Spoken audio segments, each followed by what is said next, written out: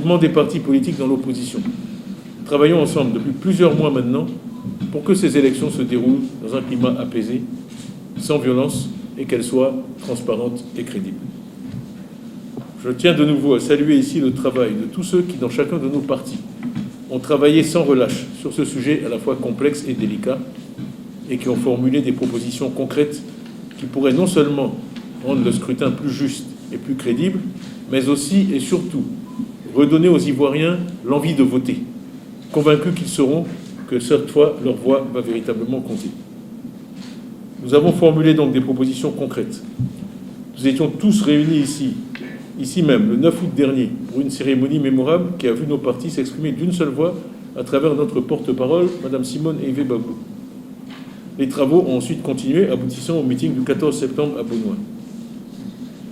À court terme, compte tenu de la proximité de l'opération de révision des listes électorales, nous avons insisté pour que l'opération dure le plus longtemps possible. Tout le monde s'accorde désormais sur le fait que notre liste électorale devrait comporter 4 ou 5 millions d'électeurs de plus qu'aujourd'hui. Certaines des mesures annoncées, telles que la gratuité des certificats de nationalité, ou encore la possibilité de s'inscrire sur la liste électorale avec un récépissé de carte d'identité, vont certes dans le bon sens et devront faciliter les inscriptions. D'autres décisions, en revanche, sont plus problématiques. Ainsi, on nous a informé que l'opération durerait 3 semaines sur les 52 semaines que comporte une année. Cela n'est pas suffisant et nous maintenons donc notre demande que l'inscription dure plusieurs mois.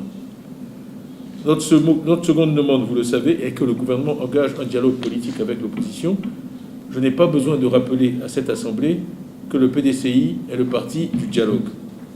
Nous, PDCI, nous sommes oufouettistes et nous sommes donc toujours, partout et sans condition, pour le dialogue.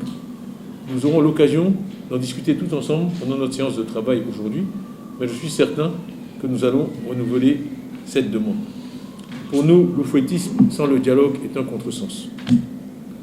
Il y a de nombreuses questions à discuter au cours d'un tel dialogue, depuis des aspects qui peuvent paraître mineurs, tels que la publication des résultats par bureau de vote ou la qualité de l'encre indélébile, ou jusqu'à des questions plus fondamentales, telles que la composition d'un CEI. Si l'on souhaite vraiment des élections apaisées, un tel dialogue est indispensable et incontournable. J'espère donc que notre appel sera entendu.